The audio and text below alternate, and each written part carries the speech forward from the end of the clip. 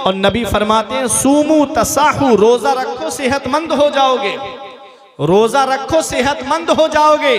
नबी तो फरमा रहे हैं कि रोजे से बीमारी दूर हो जाती है, सेहतमंद हो जाओगे, और ये बहाना करके बीमारी का रोजा छोड़ देते हैं। रमजान शरीफ का जैसे ही महीना आएगा लोग बीमार पड़ना शुरू हो जाएंगे, किसी को बीपी की बीमारी हो जाएगी, कोई शुगर का मरीज बन जाएगा, कोई कहेगा मेरे पैर में दर्द है, कोई पेट में दर्द बताएगा, कोई सर में दर्द बताएगा, कोई घुटने में दर्द बताएगा, डॉक्टर ने मुझे मना कर दिया है, मैं रोजा नहीं रख सकता। ये सारे बहाने इंसानों के सामने चल सकते हैं। बताओ, अल्लाह तो दिलों के राज जानता है, अल्लाह तो दिलों के खतरात से वाकिफ है। मेरा रब तो अलीमुम बिज़ातिस सुदूर है, मेरा रब तो दिलों के राज जानता है। उस रब की बारगाह में कौन सा बहाना पेश करोगे? उसके सामने तो कोई बहाना नहीं चलेगा। रमजान शरीफ का महीना आ रहा है, रोजों को उसके लवाज़िमात के साथ में रखो। रोजा क्यों आता है? रोजा हमको मुत्तकी बनाने के लिए आता है, रोजा हमको परहेजगार बनाने के लिए आता है, रोजा हमको नेक और स्वालिह बनाने के लिए आता है। रब फरमाता है या अय्युहल्लज़ीना आमनू कुतिबा अलैकुमुस्सियाम कमा कुतिबा अलल्लज़ीना मिन क़ब्लिकुम लअल्लकुम तत्तक़ून। ऐ ईमान वालो, तुम पर रमज़ान शरीफ के रोज़े फ़र्ज कर दिए गए जैसे तुमसे पिछले वालों पर रोज़े फ़र्ज किए गए थे। क्यों? लअल्लकुम तत्तक़ून, ताकि तुम परहेजगार बन जाओ, ताकि तुम मुत्तकी बन जाओ। एक वो गाड़ी है जिसकी बिल्कुल सर्विस ना कराई जाए, मोबिल बिल्कुल चेंज ना कराओ, बस दौड़ाओ उसको, पूरी साल क्या गाड़ी चलेगी? खराब हो जाएगी, इंजन खराब हो जाएगा। यही हमारे लीवर का हाल है कि 11 महीने लगातार अल्लाह की नेमतें हम खाते हैं, जिसकी वजह से हमारा लीवर कमज़ोर हो जाता है, डैमेज हो जाता है। एक महीना जब हम रोज़ा रखते हैं तो हमारा लीवर फिर से तरोताज़ा हो जाता है, फिर हम 11 महीने अल्लाह की नेमतें खाएं, हमारा लीवर बराबर काम करता रहता है। ये डॉक्टर भी कहते हैं सूमू तसाहू, रोजा रखो सेहतमंद हो जाओगे। तो मेरे कयामत का दिन होगा, नफ्सी नफ्सी का आलम होगा, वहां कोई किसी का यारो मददगार नहीं होगा। सबसे पहले अगर कोई दामन छुड़ा करके भागेगा, अल्लाह का कुरान कहता है यौमा यफिरुल मरउ मिन अखी, वहां सबसे पहले जो भागेगा वो भाई होगा, जो भाई भाई से भाग रहा होगा। अल्लाह अकबर। दुनिया में भाई के ऊपर कोई तकलीफ आती तो भाई आगे आ जाता, भाई पर कोई परेशानी आती तो भाई अपने सीने पर ले लेता, लेकिन कयामत का दिन देखो, भाई के ऊपर आज परेशानी का आलम है तो भाई भाग गया है। यौमा यफिरुल मरउ मिन अखी, ये यफिरु अल फिरार मस्दर से है, जिसके माना आते हैं भागना। अल्लाह अकबर। सबसे पहले भाई भागेगा। इंसान को दूसरा नाज जो है वो अपने बाप के ऊपर होता है, अपनी माँ के ऊपर होता है। वो माँ जो औलाद को तकलीफ हो जाए तो पूरी रात माँ सराहने बैठ करके गुजार देती है। वो माँ कि अगर बेटे को बुखार आ जाए तो पूरी रात दुआ में गुजार देती है। वो माँ जब बेटे को बुखार चढ़ जाए तो पूरी रात सर का पोछा लगाती रहेगी, कभी पैरों का पोछा लगाती रहेगी। वो माँ जो अपनी औलाद से इतनी मोहब्बत करती है, अगर थोड़ी देर के लिए उसका बेटा गायब हो जाए तो माँ बेचैन हो जाती है, बेकरार हो जाती है। माँ को चैन नहीं पड़ता, माँ को आराम नहीं पाता। वो माँ जब बेटा पेशाब कर देता है तो माँ खुद गीले में लेट जाती है, लेकिन अपनी औलाद को सूखे में सुलाती है।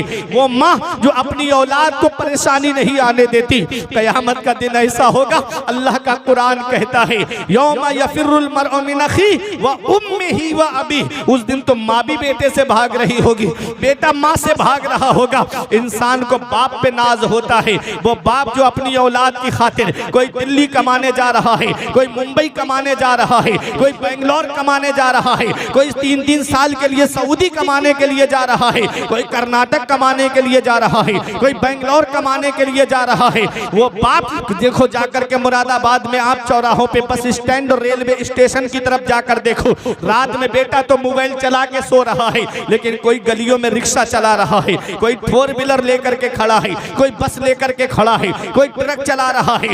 ये कौन है? ये एक बाप ही तो है जो सोचता है 4 पैसे जमा हो जाएंगे, मेरी औलाद के खर्चे में काम आएंगे, जो सोचता है 4 पैसे जमा हो जाएंगे, मेरी औलाद की पढ़ाई में काम आएंगे। स्कूल की फीस भरने वाला बाप है, कोचिंग की फीस भरने वाला बाप है, कॉलेज की फीसें भरने वाला बाप है, यूनिवर्सिटी की फीस भरने वाला एक बाप है। लेकिन अफसोस तब होता है जब वही बाप बूढ़ा हो जाए, उसके जिस्म की हड्डियां जवाब दे जाए, उसके जिस्म की ताकत जवाब दे जाए। उसी बूढ़े माँ बाप का बिस्तर घर से बाहर जब औलाद कर देती है, बाप खून के आंसू रोता है। जिस औलाद के लिए मज़ारों के चक्कर लगाए थे, जिस औलाद के लिए आलिमों के घरों के चक्कर लगाए थे, हजरत दुआ कर दो मेरे घर में चिराग जलाने वाला आ जाए, दुआ कर दो मेरे घर में कोई चिराग जलाने वाला आ जाए। आज वही औलाद जवान हुई, माँ बाप का बिस्तर घर से बाहर, बुढ़ापे में बंटवारा होता है माँ बाप का। बाप 1 महीना मेरे घर खाएगा, माँ 1 महीना तेरे घर खाएगी। याद रखना नौजवानों, पहली मोहब्बत है माँ बाप की जो दुनिया में बदला मांगती है। अगर तुमने अपने माँ बाप के साथ भलाई की तो तुम्हारी औलाद तुम्हारे साथ भलाई करेगी। अगर तुमने अपने माँ बाप के साथ भलाई नहीं की तो बुढ़ापे में ये उम्मीद लगा के मत बैठना कि तेरी औलाद तेरा सहारा बन जाएगी। अल्लाह अकबर। हमारे बुजुर्गों ने फरमाया, बाप आंगन में लगे हुए पेड़ की तरह होता है। जब शिद्दत की गर्मी पड़ती है, जब शिद्दत की धूप पड़ती है, जब गरम गरम लू के थपेड़े होठों को खुश्क कर देते हैं, तो सबसे बेहतर और मुनासिब साया दरख्त का साया होता है। आदमी गर्मी में पेड़ के नीचे कुर्सी डाल के बैठे, उसे आराम मिल जाता है। पेड़ के नीचे कुर्सी बिछा करके बैठे, उसे आराम मिल जाता है। चारपाई बिछा करके लेट जाए, उसे आराम मिल जाता है। हमारे बुजुर्ग फरमाते हैं, बाप आंगन में लगे हुए पेड़ की तरह होता है।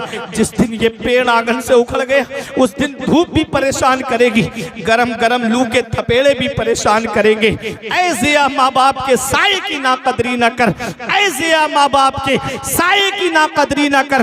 धूप काटेगी बहुत जब ये शजर गिर जाएगा। जिस दिन बाप की चारपाई घर से उठ गई ना, उस दिन एहसास होगा कि आज कितना बड़ा साया हमारे सर से चला गया। जब तक बाप जिंदा होता है, बूढ़ा है, चारपाई पे बैठा रहे, कुछ ना करे, औलाद को सहारा है कि मेरी पीठ पर मेरे बाप का हाथ रखा हुआ है। घर वाले भी मोहब्बत से बात करते हैं, खानदान वाले भी मोहब्बत से बात करते हैं, रिश्तेदार और पड़ोसी भी मोहब्बत से बात करते हैं। जिस दिन उस बाप की चारपाई घर से उड़ जाती है ना, उस दिन जमीन के बंटवारे के नाम पे लड़ाइयां, कभी घर के बंटवारे के नाम पे लड़ाइयां। अल्लाह अकबर। बाप औलाद को तब एहसास होता है कि कितना बड़ा साया आज मेरे सर से चला गया। ऐ नौजवानों, अगर माँ बाप जिंदा है तो उनकी खिदमत कर लो, अगर माँ बाप हयात है तो उनकी खिदमत कर लो।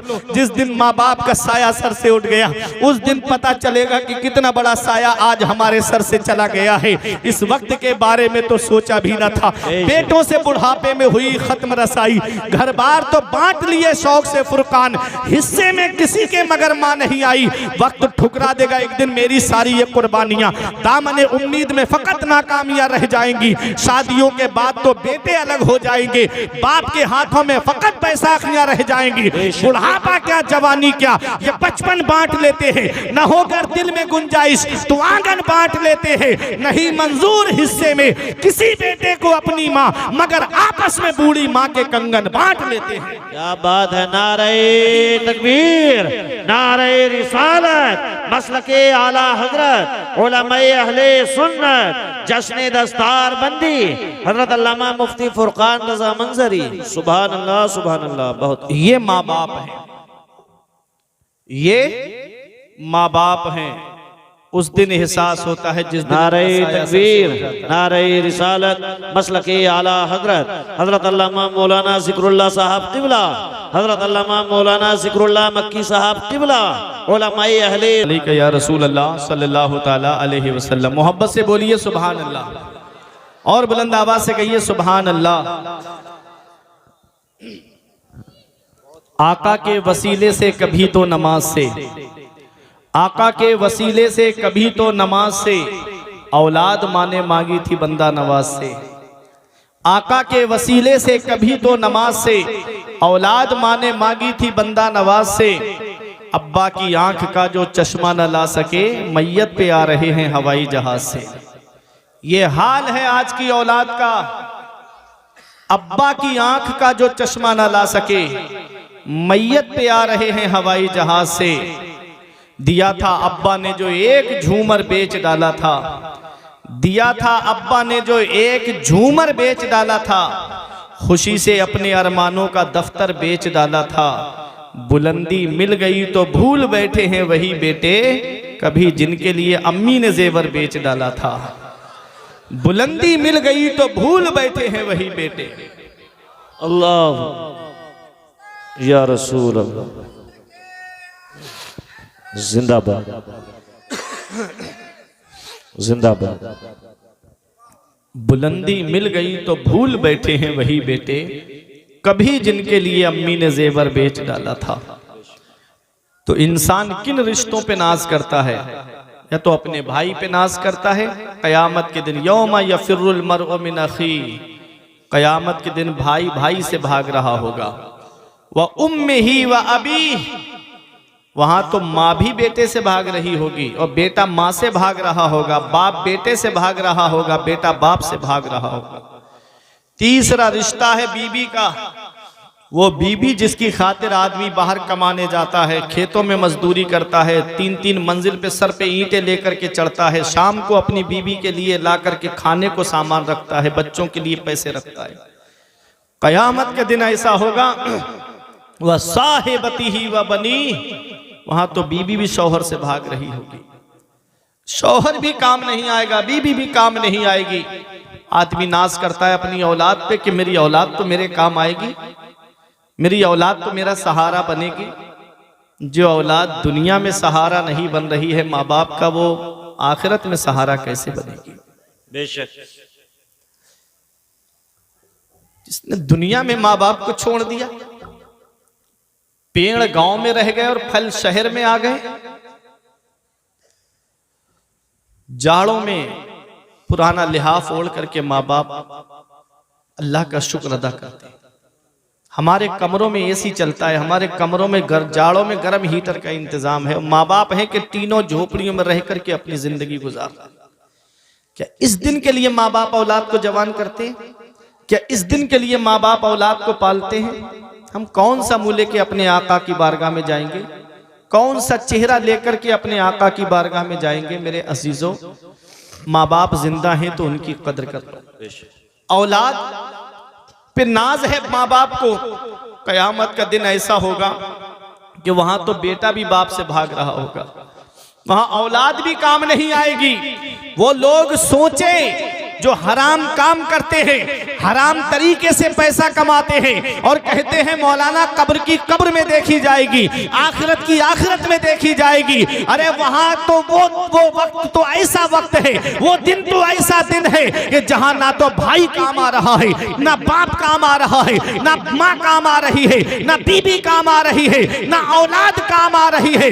नफसी नफसी का आलम है। वो लोग सोचेंगे कि चलो बाप ने साथ छोड़ दिया, माँ ने साथ छोड़ दिया, भाई ने साथ छोड़ दिया, बीबी ने साथ छोड़ दिया, औलाद ने साथ छोड़ दिया, चलो मैं फरिश्तों से मदद ले लूंगा। अरे फरिश्तों का वहां हाल ये होगा, अल्लाह कुरान में फरमाता है यौमा यकूमुर रूह वल मलाइकतु सफ़ा, वहां तो जिब्राइल अलैहिस्सलाम भी खामोश खड़े होंगे, फरिश्ते सफे बांधे खड़े होंगे। फरिश्तों को मजाल नहीं कि रब से बात कर सके, इतनी हिम्मत नहीं कि रब की बारगाह में कलाम कर सके। अरे जहां बाप ने साथ छोड़ दिया, बेटे ने साथ छोड़ दिया, माँ ने साथ छोड़ दिया, बीबी ने साथ छोड़ दिया, भाइयों ने साथ छोड़ दिया, तो सोचोगे कि फरिश्ते मदद कर देंगे, वहां तो फरिश्ते भी खामोश खड़े होंगे। तो लोग सोचेंगे चलो फरिश्तों ने मदद नहीं की तो क्या हुआ, मैं नबियों से मदद ले लेता हूं, नबियों से मदद मांग लेता हूं। हजरत आदम अलैहिस्सलाम के पास आएंगे, आप अबुल बशर हो, आप हमारी मदद कर दो। आप फरमाएंगे कि इज़हबू इला गैरी, मेरे अलावा किसी और के पास जाओ। हजरत नूह अलैहिस्सलाम के पास आएंगे, वो कहेंगे कि मेरे अलावा किसी और के पास जाओ। अब मुकम्मल हदीस अल्लामा ज़िक्रुल्लाह मक्की साहिब किबला से आप समाअत करना। हजरत ईसा अलैहिस्सलाम तक आएंगे, कहेंगे आप हमारी मदद कर दो, तो वो कहेंगे मेरे अलावा किसी और के पास चले जाओ। हजरत ईसा अलैहिस्सलाम भी जवाब दे देंगे, न बाप काम आया है, न बाप भाई काम आया है, न माँ काम आई है, न बेटा काम आया है, न बीबी काम आई है। फरिश्तों ने भी मदद से इनकार कर दिया, नबियों ने भी हदीस की रोशनी में मदद मदद से इनकार कर दिया। अब कौन है जो हमारे काम आएगा, कौन है जो हमारी मदद करेगा? अल्लाह कुरान में फरमाता है यौमा यक़ूमुर रूहु वल मलाइकतु सफ़्फ़ा इल्ला मन अज़िना लहुर रहमान व क़ाला सवाबा। वो मदद करेगा जिसे रहमान इजाजत देगा, जिसे रहमान इजाजत अता फरमाएगा, जिसे रहमान इजाजत देगा और ठीक बात कहेगा। किसको इजाजत मिलेगी कयामत के दिन? किसको इजाजत मिलेगी? ऐ नबी से मोहब्बत करने वालों, ये उलमा दुआओं से नवाजेंगे। किसको इजाजत मिलेगी?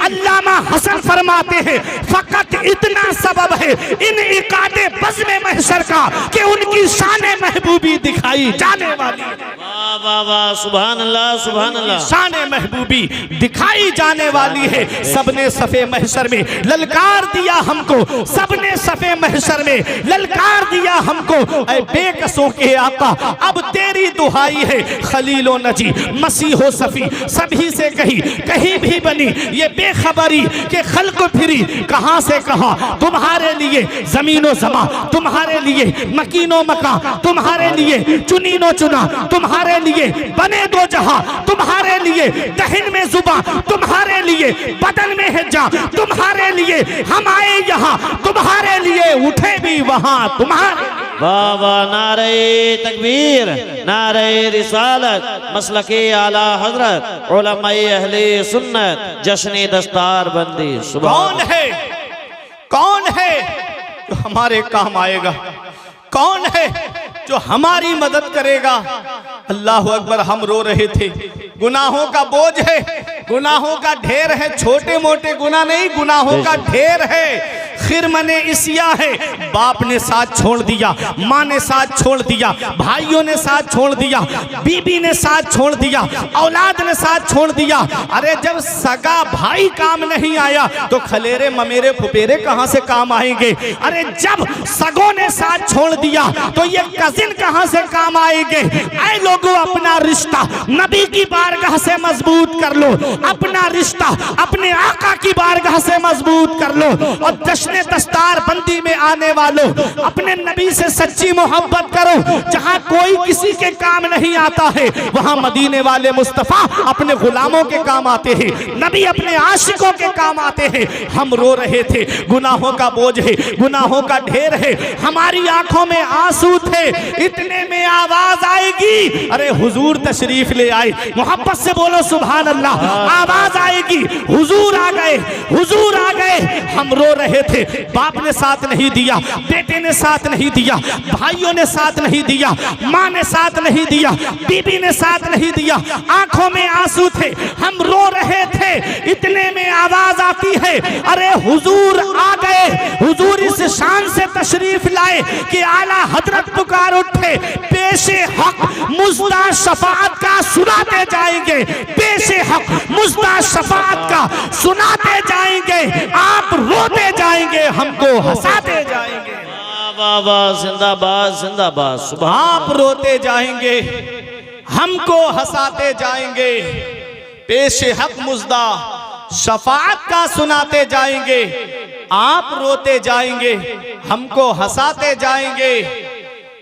हम रो रहे थे, हुजूर तशरीफ लाए और इस शान से तशरीफ लाए। मेरा इमाम कहता है, लो वो आए मुस्कुराते हम असीरों की तरफ। जी, लो वो आए मुस्कुराते हम असीरों की तरफ। खिरमने सिया पे अब बिजली गिराते जाएंगे, खिरमने सिया पे अब बिजली गिराते जाएंगे। कोई छोटे मोटे गुनाह नहीं थे, पूरा ढेर था गुनाहों का। हुजूर तशरीफ लाए, हुजूर ने एक नजरे रहमत उठाई, गुनाहों का सारा ढेर जलकर खाकिस्तर हो गया। वुसअते दी हैं खुदा ने दामने महबूब को, जुर्म खुलते जाएंगे आका छुपाते जाएंगे, जुर्म खुलते जाएंगे आका छुपाते जाएंगे। ऐ लोगों, अपने नबी से सच्ची मोहब्बत करो, अपने नबी से सच्चा प्यार करो। जहां कोई किसी के काम नहीं आता है वहां मदीने वाले मुस्तफ़ा अपने गुनाहगार उम्मतियों के काम आते हैं। मेरे आला हजरत पुकार के कहते हैं, अल्लाह क्या जहन्नम अब भी न सर्द होगा, रो रो के मुस्तफ़ा ने दरिया बहा दिए हैं, रो रो के मुस्तफ़ा ने दरिया बहा दिए हैं। तो मेरे अजीज़ों, वो लोग जो कहते हैं कि मौलाना वहाँ की वहाँ देखी जाएगी, वो सोचे वहाँ तो कोई किसी के काम नहीं आएगा। हमारे नबी हमारे काम आएंगे, हमारे आका हमारे काम आएंगे, हमारे नबी अपने गुनहगार उम्मतियों के काम आएंगे। अपने नबी से सच्ची मोहब्बत करो, अपने नबी से सच्चा प्यार करो और अपनी औलाद को तालीम से आरास्ता करो। अपनी औलाद को तालीम सिखाओ, अपनी औलाद को मदरसा भेजो, अपनी औलाद को पढ़ने के लिए भेजो। जब बच्चों के पास दीनी तालीम होगी तो वो माँ बाप का अदब भी जानेंगे, बड़े भाई बहनों का अदब भी जानेंगे, पड़ोसियों का हक भी पहचानेंगे, अपने रिश्तेदारों का हक भी पहचानेंगे।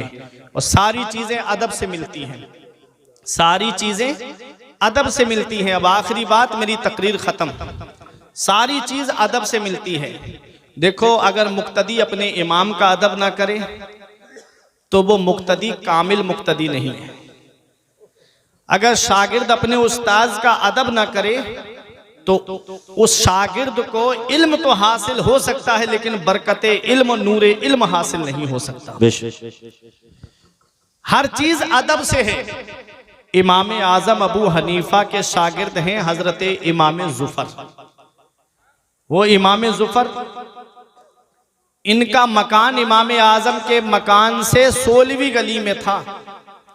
जैसे आप लोग दिल्ली वगैरह जाते होंगे, नोएडा में, तो उसमें सेक्टर बने हुए हैं, सेक्टर 1, सेक्टर 2, सेक्टर 3। ऐसे ही कूफे में इमाम आजम अबू हनीफा के घर से इमाम जुफर का मकान 16वीं गली में था। कितनी दूर घर होगा? आप शागिर्द हैं, इमाम जुफर शागिर्द हैं इमाम आजम अबू हनीफा के। उस्ताद का अदब देखें, कभी भी इमाम जुफर इमाम आजम अबू हनीफा के मकान की तरफ पैर फैला करके नहीं लेटे। कितना अदब होगा उस्ताद का।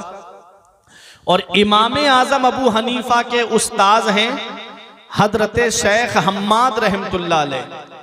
जब शेख हम्माद का विसाल हो गया तो इमाम आजम थैला लेके जाते थे और अपने उस्ताद के घर की सब्जी खरीद करके ला करके उनके घर पहुंचाते थे जी। दुनिया इमाम आजम मान रही है उनको, दुनिया इमाम आजम तस्लीम कर चुकी है।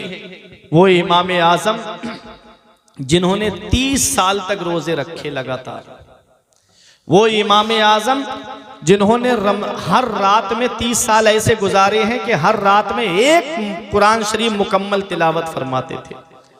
वो इमाम आजम रमजान शरीफ में 62 मरतबा कुरान पाक का खत्म शरीफ फरमाते थे। 1500 दिरहम खर्च करके एक लिबास सिलवाया था इमाम आजम अबू हनीफा ने, जिसको आप सिर्फ अल्लाह की इबादत के लिए पहना करते थे, सिर्फ नमाज के लिए आपने सिलवाया था। और आप फरमाते थे अल्लाह की इबादत के लिए जीनत पकड़ना ज्यादा बेहतर है लोगों के सामने जीनत पकड़ने से। आज हम मस्जिद जाते हैं तो मैले कुचैले कपड़े पहन के जाते हैं, खेतों पे से काम करके और ऐसे ही चले गए मस्जिद के अंदर। अल्लाह कुरान में फरमाता है, या बनी आदम खुजू जीनतकुम इंदा कुल्ले मस्जिद। ऐ इब्ने आदम, ऐ औलादे आदम, हर नमाज के लिए जीनत पकड़ो, हर नमाज के लिए जीनत पकड़ो। शादियों में जाएंगे तो नया लिबास ले पहन करके जाएंगे, खुशबू लगा करके जाएंगे, खूब बन सवर करके जाएंगे। और जब मस्जिद में आएंगे अल्लाह की इबादत के लिए तो मैले कुचैले कपड़े पहन के आएंगे। लोगों को दिखाने के लिए जीनत इख्तियार मत करो, अल्लाह की इबादत के लिए जीनत इख्तियार करो।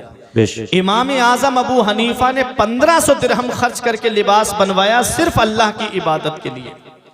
जिस जगह आपका दफन शरीफ हुआ, जहां आप मदफून हुए, उस जगह पर आपने 7000 मरतबा कुरान पाक खत्म शरीफ फरमाया था। सुभान।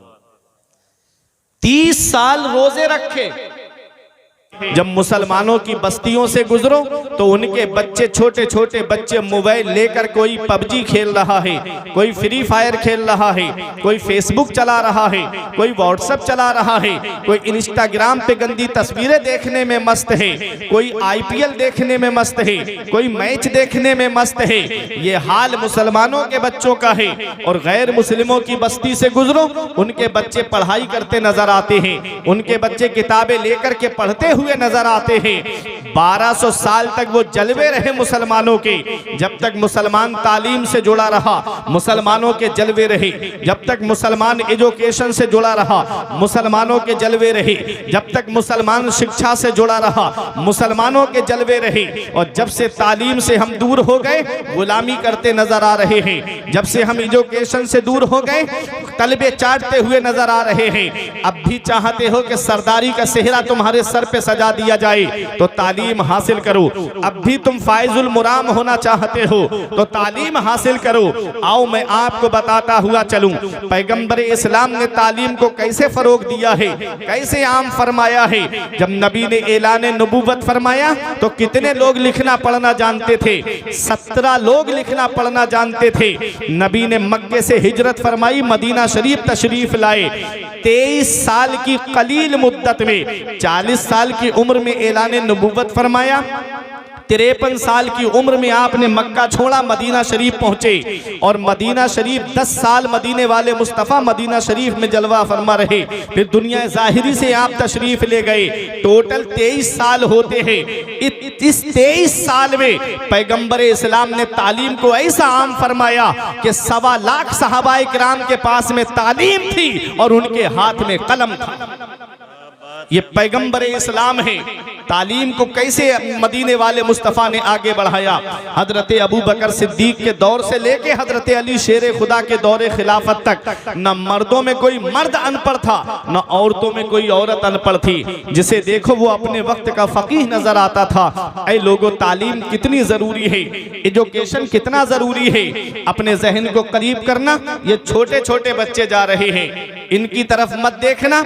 चंद समझदार लोग बैठे रहे जिनको मुझे समझाना है, जो साहिबे औलाद हैं उनको मुझे समझाना है और इन्हीं के ताल्लुक से समझाना है।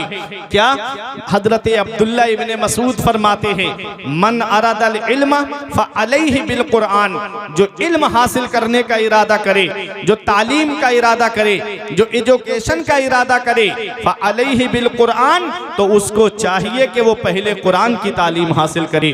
जो पहले तालीम का इरादा करे तो उसको चाहिए कि वो पहले कुरान की तालीम हासिल करे, क्योंकि कुरान वो अल्लाह की किताब है। वला रतबिन वला याबिसिन इल्ला फी किताबिन मुबीन। कोई खुश्क-ओ-तर चीज ऐसी नहीं है जिसका जिक्र कुरान के अंदर मौजूद न हो।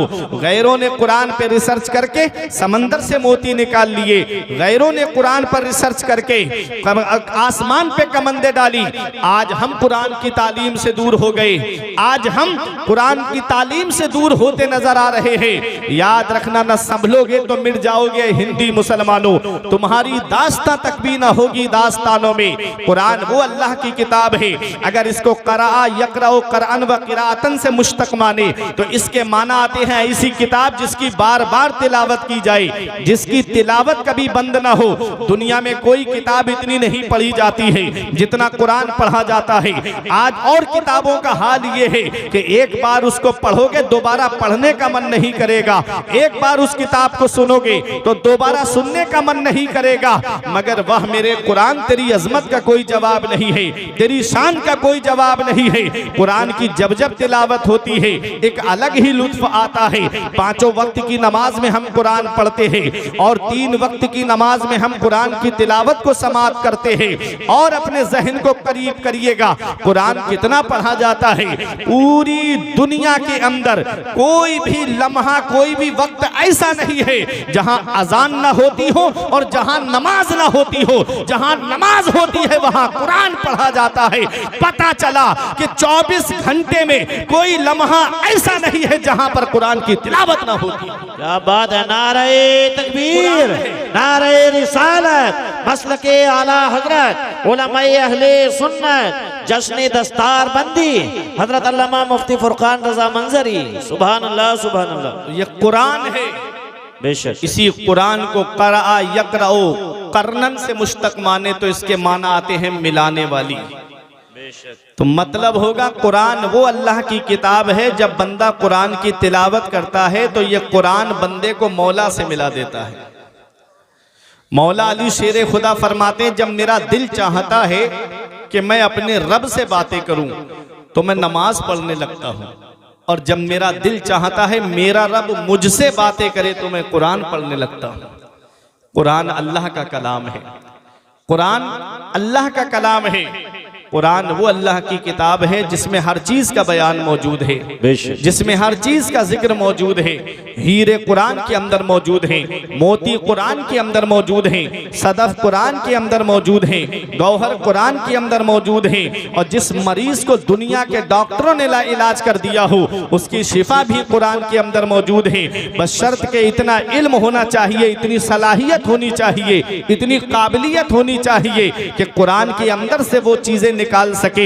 आओ मैं आपको जहन करीब करते हुए एक बात बताऊं, ये उलमा अपनी दुआओं से नवाजेंगे। मुफ्ती साहब किबला तशरीफ फरमा है, इमाम गजाली के पास में एक गैर मुस्लिम आता है और आकर के कहता है, ऐ इमाम गजाली हमने तुम्हारे कुरान को पढ़ा है। आपने फरमाया फिर? कहा कि एक सवाल लेकर आया हूं, मुसलमान नहीं है, गैर मुस्लिम है। क्या कहता है? एक सवाल का जवाब दीजिए। आपके कुरान में एक दावा किया गया है कि हर चीज का बयान कुरान में है, हम एक सवाल लेकर आए हैं। कहा सवाल क्या है? कहा सवाल यह है कि कुरान में सितारों की चाल का जिक्र है। जो आसमान में सितारे चलते हैं वो दो तरह से चलते हैं, सीधी चाल चलते हैं, उल्टी चाल चलते हैं। एक मुस्बत अंदाज में चलते हैं, दूसरे मनफी अंदाज में चलते हैं। एक पॉजिटिव अंदाज में चलते हैं, दूसरे निगेटिव अंदाज में चलते हैं। सितारों की चाल का जिक्र है, जैसे आदमी कभी सीधा चलता है तो कभी उल्टा चलता है, ऐसे सितारे हैं, कभी सीधे चाल चलते हैं, कभी उल्टी चाल चलते हैं। कहा कुरान में मैंने तुम्हारे पढ़ा है कि कुरान में सितारों की चाल का जिक्र है, तो सीधी चाल का जिक्र मुझको मिल गया लेकिन उल्टी चाल का जिक्र मुझको नहीं मिला। इमाम गजाली हैरत से उसका चेहरा देखते हैं कि ये मुसलमान नहीं गैर मुस्लिम है। और बात कितनी गहराई की कर रहा है। आज हम कुरान पढ़ते हैं तो रस्मी तौर पे पढ़ते हैं। आज किसी के यहाँ इंतकाल हो गया तब हम कुरान पढ़ते हैं, किसी ने नया मकान बनवाया उसमें जाकर के हम कुरान पढ़ते हैं, अगर किसी ने नई गाड़ी खरीदी है तो बरकत के लिए उसमें जो है कुरान की तिलावत करते हैं। गैर जब कुरान पढ़ते हैं तो उसमें से कुछ तलाश करने के लिए पढ़ते हैं। तुमने देखा नहीं, इसी मुरादाबाद की सरजमीन पर जब अल्लामा सदरुल फाजिल नईमुद्दीन मुरादाबादी अलैहिर्रहमा का एक आरिया से मुनाजरा हुआ था। उसने कहा मौलाना हमसे मुनाजरा करने आए हो, हमें तुम्हारे कुरान के 14 या 15 सिपारे जुबानी याद है, तुम हमसे मुनाजरा कर रहे हो। तुम हमारी किताब का कोई एक वर्क सुना दो, तुम हमारी किताब का एक पाठ ही सुना दो। तो अल्लामा सदरुल फाजिल नईमुद्दीन मुरादाबादी अलैहिर्रहमा ने फरमाया अब भी तेरी समझ में बात नहीं आई। कहा क्या? कहा यही तो हमारे कुरान की शान है जो अपने तो अपने रहे, गैरों के दिलों में भी जगह बना लेता है। तेरे कौल के मुताबिक तेरी किताब को आए हुए 1000 बरस गुजर गए लेकिन आज तक वो किताब हिंदुस्तान के बाहर ना जा सकी। और मेरा कुरान नाजिल हुआ है मक्के में, कुरान नाजिल हुआ है मदीने में, कुरान नाजिल हुआ जंगे बदर में, कुरान नाजिल हुआ जंगे उहुद में, कुरान नाजिल हुआ हुजरा आयशा में, कुरान नाजिल हुआ मदीने की गलियों में, पहुंच गया सारे जमाने में। हमने कहा है कुरान जब तू नाजिल हुआ था तो इंटरनेट का जमाना नहीं था, मीडिया का जमाना नहीं था, सैटेलाइट का जमाना नहीं था, अखबार का जमाना नहीं था, फिर तू पूरी दुनिया में कैसे फैल गया? तो कुरान जवाब देता है अगर इंटरनेट के जरिए चला होता तो अमेरिका के ईसाई ने पीछा किया होता, अगर .com के जरिए चला होता तो रूस के मजूसी ने ताक़ुब किया होता, अगर अखबार के जरिए फैला होता तो भारत के पत्रकार ने कुछ का कुछ लिख दिया होता। हमने कहा फिर फैला कैसे है? तो कुरान जवाब देता है इंटरनेट के जरिए नहीं, मीडिया के जरिए नहीं, सैटेलाइट के जरिए नहीं, अरे अखबार के जरिए नहीं, हाफिज़े कुरान के जरिए दुनिया में फैल। नारे तकबीर, नारे रिसालत मसलके आला हजरत उलमाए अहले सुन्नत जश्न दस्तार बंदी अजमते कुरान हजरत अल्लामा मुफ्ती फुरकान मंजरी साहब किबला। सुभान अल्लाह सुभान अल्लाह। बहुत खूब। ये कुरान है, क्या बात है। बेशक कुरान को कोई मिटा नहीं सकता, कुरान का कोई जेरो जबर नहीं बदल सकता जी। अल्लाह फरमाता नहनु नज़्ज़लना ज़िक्रा व इन्ना लहू लहाफ़िज़ून, हमने कुरान को नाजिल किया है और हम ही इसकी हिफाजत फरमाने वाले हैं। बेशक मुफ्ती साहिब किबला तशरीफ फरमा है लहाफ़िज़ून का तसव्वुर बता रहा है कि हाफिजों के जरिए कुरान की हिफाजत की जाएगी, हाफिजों के जरिए कुरान की हिफाजत की जाएगी। कुरान हर चीज का बयान कुरान में है। तो इमाम गजाली ने उससे पूछा कि तूने कौन सी आयत में पढ़ा सितारों की चाल का जिक्र?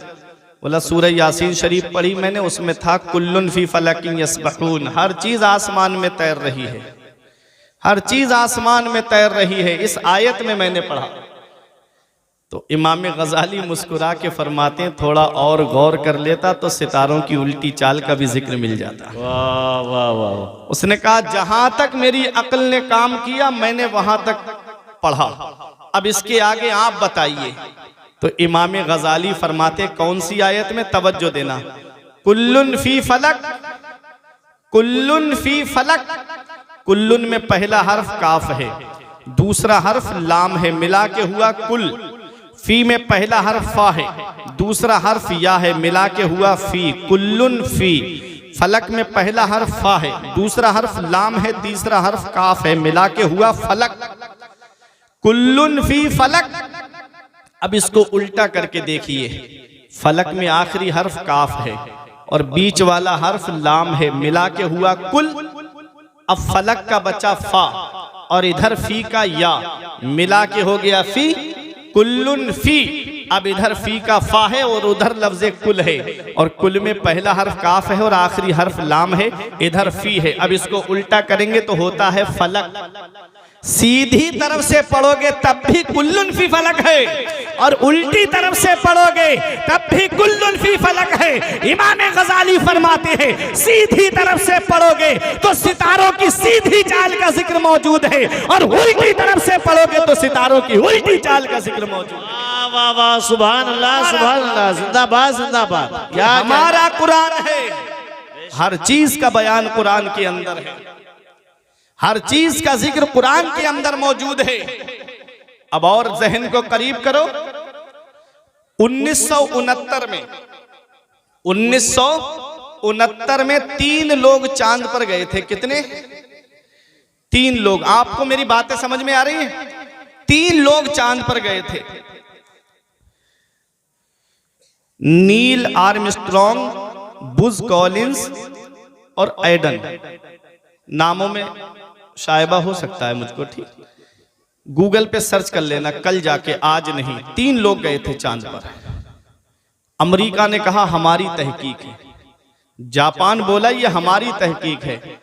हमने कहा ये तुम आज दावे कर रहे हो, हमारे कुरान ने 1450 साल पहले बता दिया था कि लोग चांद पर जाएंगे।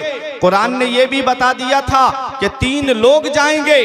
कुरान ने यह भी बता दिया था कि मुसलमान नहीं बल्कि गैर मुस्लिम जाएंगे। वाह सुभान अल्लाह सुभान। अब आप कहोगे मौलाना रजमम बिल गैब तो नहीं बोल रहे हो, अंदाजे से तो नहीं बोल रहे, कोई दलील है?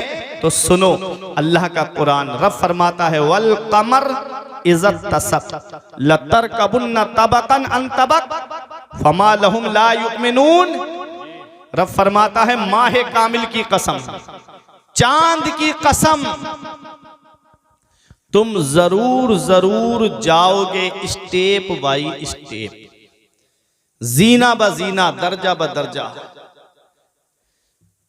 अल्लाह ने सूरह रहमान में फरमाया या मअशरल जिन्नी वल इंस इन इस्ततातुम अन तनफुजू मिन अक़तारिस समावाति वल अर्द फनफुजू ला तनफुजूना इल्ला बिसुल्तान फबिअय्यि आलाई रब्बिकुमा तुकज़्ज़िबान।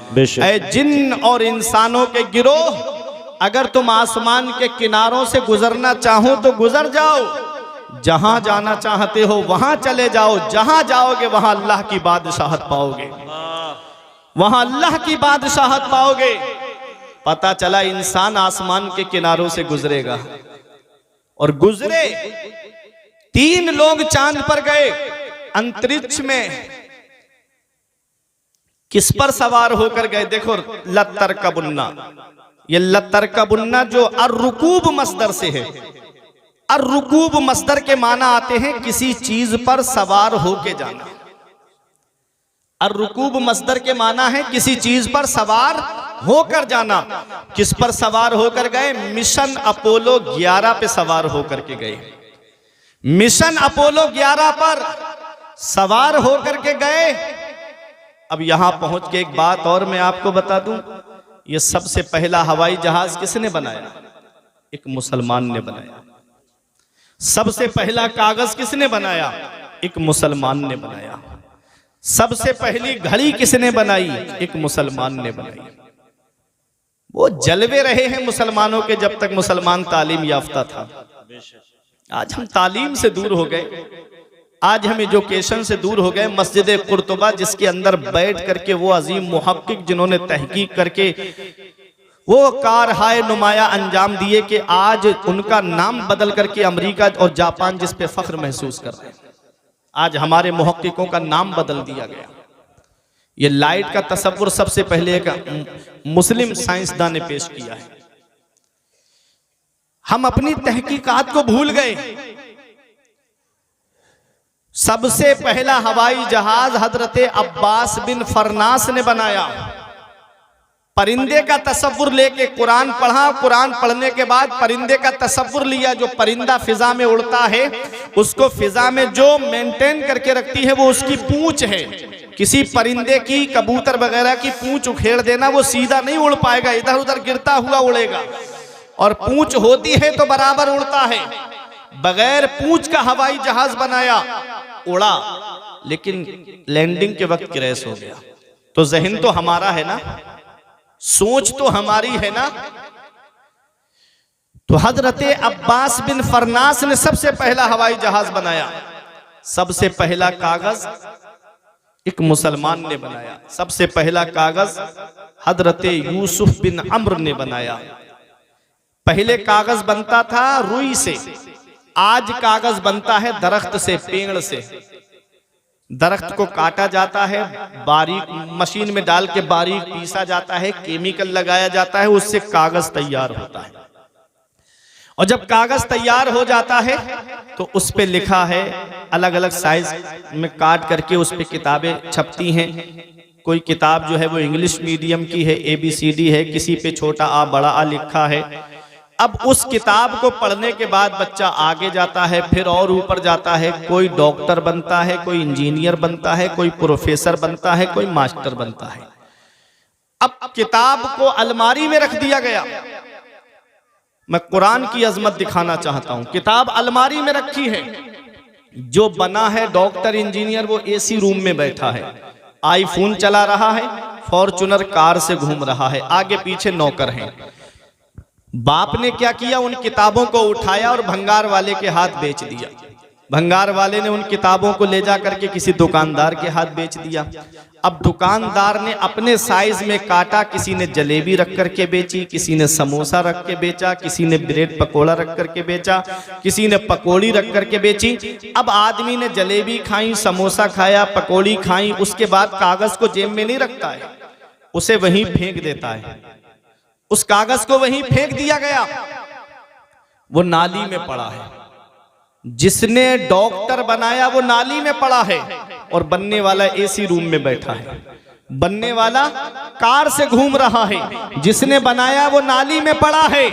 ऐ जश्न दस्तार बंदी में आने वालों, सेम मशीन है, सेम केमिकल है, सेम दरख्त है, सेम कागज है, लेकिन उस पर छोटा आ बड़ा आ लिखा हुआ नहीं है, बल्कि उस पर लिखा है बिस्मिल्लाहिर्रहमानिर्रहीम। कोई आलिम फतवा नहीं देगा, कोई मुफ्ती फतवा नहीं देगा, कोई मुहक्किक फतवा नहीं देगा, कोई मुहद्दिस फतवा नहीं देगा। रब कुरान में फरमाता है ला यमस्सुहु इल्लल मुताहरून। जब तक वुजू ना हो इस कागज को हाथ भी मत लगाना, जब तक वुजू ना हो कागज को छूना भी मत।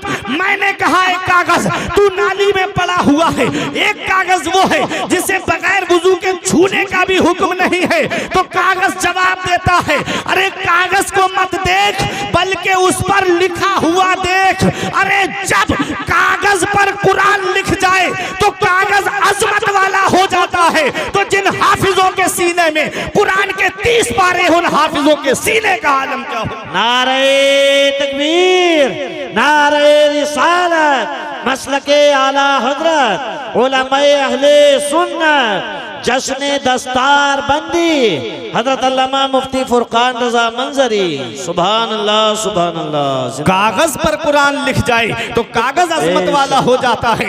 जिस जुज़दान में कुरान रखा जाए वो जुज़दान काबिल ताज़ीम हो जाता है। जिस रहल पे कुरान रखा जाए वो रहल काबिल ताज़ीम हो जाती है। तो जिन हाफिजों के सीने में कुरान के 30 पारे हैं, उन सीनों का आलम क्या होगा, उन सीनों की शान क्या होगी। बख्शिश की राह मोमिनो आसान बना लो, अपने लिए निजात का सामान बना लो। दुनिया की किताबों पे नजर बाद में रखना, बच्चों को पहले हाफिजे कुरान बना लो, बच्चों को पहले हाफिजे कुरान बना लो।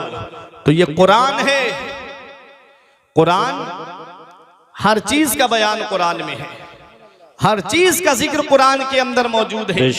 बस शर्त के इतना इल्म होना चाहिए, बस शर्त के इतनी काबिलियत होनी चाहिए। सबसे पहली घड़ी हजरत अब्बास बिन फरनास ने बनाई, उसे मस्जिद कुर्तुबा में नहीं लगाया बल्कि दमिश्क की जामा मस्जिद में लगाया। ये जहन तो हमारा है ना, सोच हमारी है। तो आज हम अपने मुहक्किकीन को भूल गए। ये कुरान पढ़ने वालों की देन है।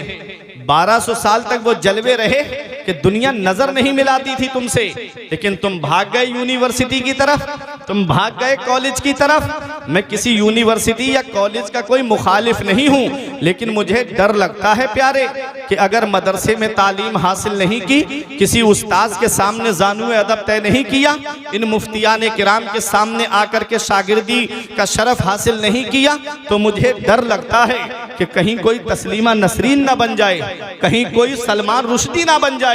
क्योंकि सलमान रुश्दी मुसलमान घराने में पैदा हुआ लेकिन इस्लाम के खिलाफ बोलता हुआ नजर आया। वजह बेसिक तालीम मदरसे की तालीम नहीं थी। तस्लीमा नसरीन मुसलमान घराने में पैदा हुई लेकिन इस्लाम के खिलाफ लज्जा नाम की किताब उसने लिख डाली।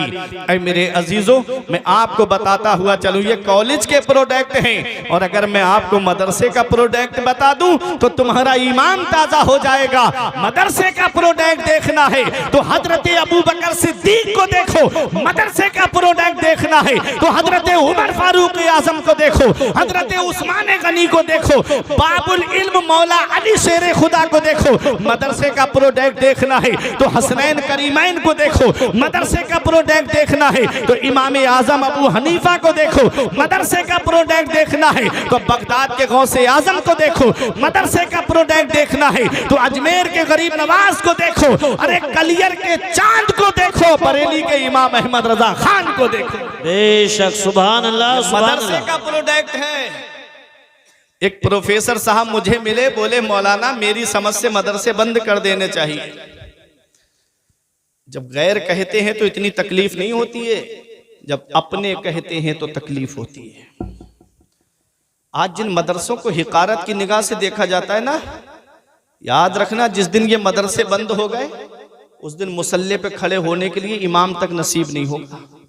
जिस दिन मदरसे बंद हो गए जनाजे रखे रह जाएंगे, कोई नमाज जनाजा पढ़ाने वाला तक नसीब नहीं होगा। ये मदरसे हैं, इन मदरसों को आप क्या समझते हो? हिंदुस्तान की आज़ादी में अगर आप देखेंगे, अंग्रेजों ने जब हिंदुस्तान पे कब्जा किया था तो अंग्रेजों के खिलाफ सबसे पहले जिहाद का फतवा जिस शख्सियत ने दिया था वो कोई कॉलेज के पढ़े हुए नहीं थे, इसी मदरसे की टूटी हुई चटाई पे बैठ करके इल्म हासिल करने वाले अल्लामा फजले हक खैराबादी थे, जिन्होंने सबसे पहले अंग्रेजों के खिलाफ जिहाद का फतवा दिया। मौलाना किफायतुल्लाह काफी, जिनको अंग्रेजों ने मुरादाबाद के बीच चौराहे पे सूली पे चढ़ा दिया। फांसी के फंदे पे चढ़ने से पहले कहा था कोई गुल बाकी रहेगा ना चमन रह जाएगा, बेशक बस रसूलुल्लाह का दीने हसन रह जाएगा। हम सफीरो बाग में हैं कोई दम के चहचहे, बुलबुलें उड़ जाएंगी सूना चमन रह जाएगा। नाम शाहाने जहां मिल जाएंगे काफी, मगर नामे पाके मुस्तफ़ा और पंजतन रह जाएगा। वो भी मदरसे के पढ़े हुए थे। मौलाना इनायतुल्लाह काकौरवी, जिनको अंग्रेजों ने काला पानी भेज दिया। मुफ्ती इकरामुल हक साहिब किबला जानते हैं, जो दरसगाह से जुड़े हैं हमारे उलमा, वो जानते हैं कि इल्म सर्फ की किताब इल्म सेगा को जिन्होंने लिखा वो भी मदरसे के पढ़े हुए थे। और आगे बढ़ो, आला हजरत अजीमुल बरकत के दादा अल्लामा रजा अली खां, वो भी मदरसे के पढ़े हुए थे। ये मदरसे हैं, जब जब मुल्क को जरूरत पड़ती है तो मदरसे के आलिम आगे आते हैं, जब जब कौम को जरूरत पड़ती है तो हमारी बस्ती के आलिम आगे आते हैं। आज आदमी इमामों की और आलिमों की बहुत जल्दी तौहीन करना शुरू कर देता है। एक बार अपनी जिंदगी इन आलिमों से हटा के तो देखो आप हो क्या। इमाम हसन फरमाते हैं, लौलल उलमाओ लसारन नास मिसलल बहाइम, अगर आलिम ना होते तो कौम जानवरों की तरह हो जाती। अल्लाह, अगर आलिम ना होते तो कौम जानवरों की तरह हो जाती। एक बार जितने आलिम हैं सबको एक कमरे में बंद कर दो, मोटा ताला लगा दो, कोई ताल्लुक उनसे मत रखो। अब अपनी जिंदगी जी के दिखाओ। आप नमाज में कितने फर्ज हैं कौन बताएगा? नमाज में कितने वाजिबात हैं कौन बताएगा? एक भी अंगूठा, एक भी उंगली जमीन पे सजदे की हालत में नहीं लग रही है, नमाज होगी या नहीं होगी कौन बताएगा? नमाज से पहले वुजू है और वुजू में कितने फर्ज हैं कौन बताएगा? चेहरा कहां से कहां तक धोया जाता है ये कौन बताएगा? दोनों हाथ कोहनियों तक धोना है या कोहनियों समेत धोना है, गायत मुगैया में दाखिल है या नहीं है, ये कौन बताएगा? ये आलिम ही तो बताएंगे। चौथाई सर का मसा करना है या एक बाल का मसा करना है या पूरे सर का मसा करना है, ये कौन बताएगा? ये आलिम ही तो बताएंगे। दोनों पैरों को गट्टों समेत धोना है, टखनों समेत धोना है या पिंडलियों तक धोना है, ये कौन बताएगा? ये आलिम ही तो बताएंगे। अगर कोई तुमसे ये कहे कि अब हज मक्के में नहीं हो रहा है, अमेरिका में जाओ, व्हाइट हाउस के चक्कर लगाओ, हज का सवाब मिलेगा, तो क्या दलील दोगे? है कोई दलील? ये दलील आलिम ही तो देंगे। कुरान से दलील देंगे कि हज मक्के में होता है। तो ये उलमा हैं जो कदम कदम पे हमारी रहनुमाई करते हैं, फिर भी हम उनकी तौहीन करते हैं, फिर भी हम उनको हिकारत की निगाह से देखते हैं।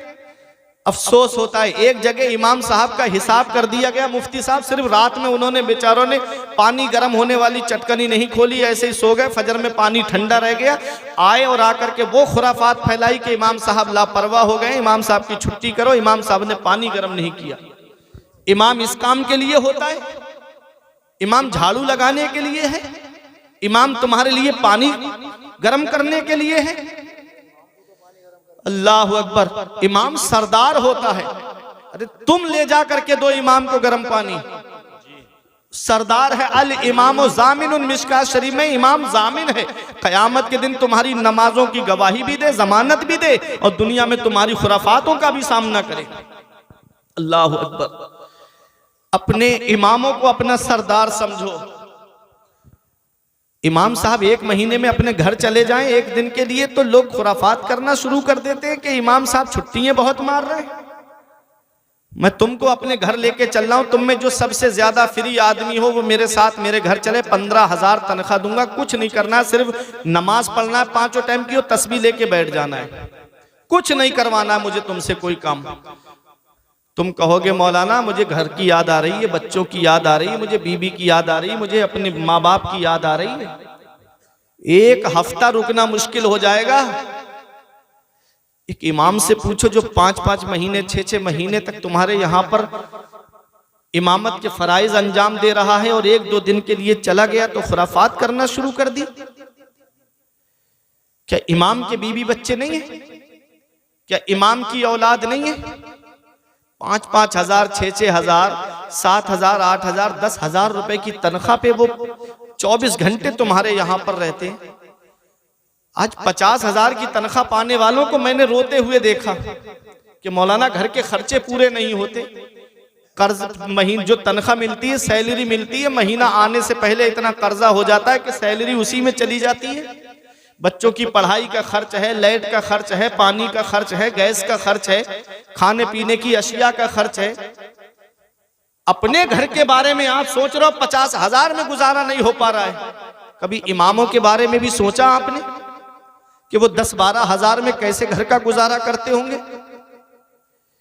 कभी ख्याल आया दिल के अंदर? जो कौम अपने इमामों के अच्छे दिन देखना पसंद नहीं करती, उस कौम के अच्छे दिन कभी नहीं आएंगे। क्या कहने हैं, बहुत। जो कौम अपने आलिमों के अच्छे दिन पसंद नहीं करती, उस कौम के अच्छे दिन कभी नहीं आएंगे। तुम्हारी कामयाबी आलिमों के पास रहने में है। जितना इन उलमा से जुड़े रहोगे उतने ही कामयाब रहोगे। ये 5-5 मिनट की क्लिप सुन के सोशल मीडिया पे आते हो, अपने ईमान को खतरे में डाल करके कोई मिर्जा को सुन रहा है, कोई यूनुस गौहर तो नहीं कहता, मैं उसको गोबर कहता हूं, उसको सुन रहा है, वो हमारे वलियों की शान में गुस्ताखियां करता है। उसकी क्लिप सुन के आए और आकर के इमाम साहब से सवाल करते हैं, इमाम साहब मेरी समझ में नहीं आ रही, अल्लाह है या नहीं है? माज़अल्लाह ऐसे ऐसे इंग्लिश मीडियम स्कूल के लड़के आके कहते हैं समझ में नहीं आती है कि अल्लाह है या नहीं है। बताओ क्या फरमाया इमाम हसन ने, लौलल उलमाउ लसारन्नास मिसलल बहाइम।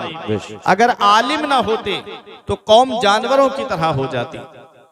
अल्लामा जलालुद्दीन सयूती अलैहिर्रहमा एक हदीस उबादा नकल फरमाते हैं, कहते हैं मन नजरा इला वजहिल आलिम नजरा, जिसने आलिम के चेहरे की तरफ मोहब्बत से देखा, जिसने आलिम के चेहरे की तरफ मोहब्बत से देखा, खलक़ल्लाहु तआला मिन तिलका नज़रती मलका, अल्लाह ताला उस मोहब्बत नजर की वजह से एक फरिश्ते को पैदा फरमाता। सुभान अल्लाह, सुभान अल्लाह।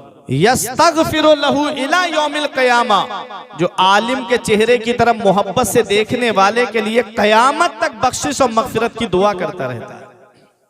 कितना बड़ा सवाब है, कितना बड़ा सवाब है आलिमों के चेहरे को देखना। आज उन्हीं आलिमों की तौहीन करते हैं हम, आज उन्हीं आलिमों की बुराई करते हैं।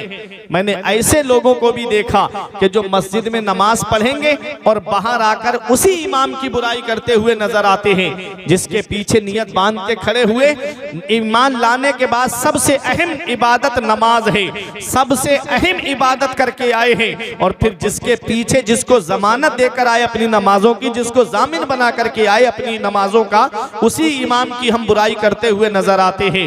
याद रखना मेरे अजीजों, ये दुनिया चंद दिन की है। हम यहाँ हमेशा रहने के लिए नहीं आए हैं, बल्कि चंद दिन के लिए आए हैं। बड़े बड़े दौलत वाले, पैसे वाले जाकर के एक चक्कर कब्रिस्तान का लगा लिया करो, वहां देखो तुमसे ज्यादा दौलत वाले लेते हैं, वहां तुमसे ज्यादा पैसे वाले लेते हैं, वहां तुमसे ज्यादा सरमाए वाले लेते हैं। वो जिनकी नाक पे कभी मक्खी नहीं बैठती थी, आज उनके जिस्म को मिट्टी ने गला सड़ा करके एक तरफ कर दिया। घमंड किस बात पे, तकब्बुर किस बात पे? मरने के बाद कब्र के अंदर जाना है। कब्रिस्तान ऐसे नौजवानों से भरा पड़ा है जो कहते थे मौलाना फजर से नमाज पढ़ने आएंगे। कब्रिस्तान ऐसे बूढ़ों से भरा पड़ा है जो कहते थे जुमे से नमाज पढ़ने के लिए आएंगे। साथ जिनके थे यहाँ लश्कर और फौजो सिपाह, बेकसाना कब्र के अंदर अकेले चल बसे, एक साथ भी ना ठहरे वादा जिनका आ गया, जी के जी में रह गए अरमान सारे चल बसे। पढ़ के तू कुरान को अब जमा कर ले कुछ सवाब, कब्र पर फिर कौन आए फातिहा के वास्ते। काम दोज़ख के किए, जन्नत का है उम्मीदवार, कसरे जन्नत तो बना है पारसा के वास्ते।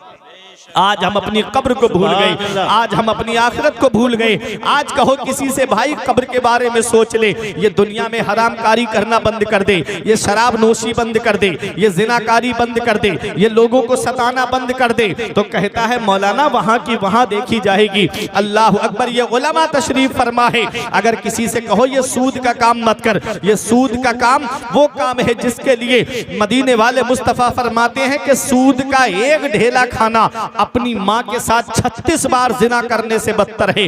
अल्लाह अकबर। वो सूद का कारोबार, मुसलमान अगर किसी के पास 10 लाख रुपए आ गए तो गांव के अंदर सूद का काम शुरू कर दिया है, पैसे सूद पे बांटना शुरू कर दिए हैं। कहो तो कहता है मौलाना कब्र की कब्र में देखी जाएगी, आखिरत की आखिरत में देखी जाएगी। अल्लाह अकबर। इंसान दुनिया में कितने रिश्तों पे नाज करता है?